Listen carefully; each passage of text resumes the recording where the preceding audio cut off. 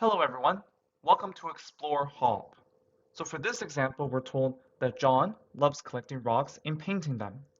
In his current rock collection, 6 rocks are painted blue and 5 rocks are painted red. After John paints his rocks, he loves adding stripes or dots to his rocks. 4 of his blue rocks have dots and 2 of his red rocks have dots. Assuming that all his rocks have either stripes or dots, but not both, what is the probability of a randomly selected rock having stripes given that the rock is blue? First, let's start by creating a tree diagram to help us organize the information. We can see that he has a total of 11 rocks, 6 blue and 5 red. So we will start by writing 11. Then he has 6 blue rocks and 5 red rocks. So we'll add this to the tree diagram as well.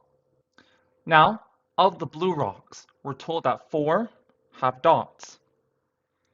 And since we're assuming that all his rocks have either stripes or dots, then the other 2 blue rocks must have stripes. So we'll add this to the tree diagram as well. And now we do the same thing with the red rocks. 2 red rocks have dots, so the other 3 red rocks have stripes.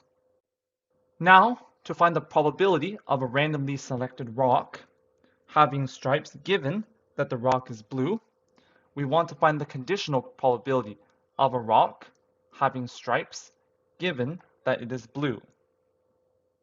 And from the tree diagram, we can see that the probability of a rock having stripes given that it's blue is equal to 2 over 6.